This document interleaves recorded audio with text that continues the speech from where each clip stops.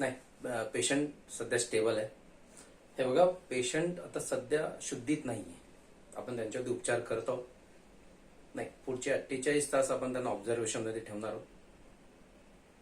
हो, नाही, 48 तासामध्ये आपल्याला जसा पेशंट रिस्पॉन्स करेल आपण त्या हिशोबाने पुढची ट्रीटमेंट चालू करणार आहोत. सध्या तरी ते स्टेबल नाही आहेत. हो, नाही, पण एक गोष्ट चांगली आहे की पेशंट कोमात नाही आहे. हो, ती एक जमेची बाजू आहे. येस. नाही, आम्ही आमच्या परीने प्रयत्न करतो.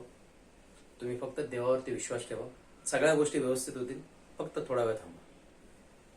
पेशंटने आम्हाला रिस्पॉन्स दिला, पुढच्या 48 तासामध्ये जसं पेशंट आम्हाला रिस्पॉन्स करेल त्या हिशोबाने आम्ही पुढची ट्रीटमेंट घेणार.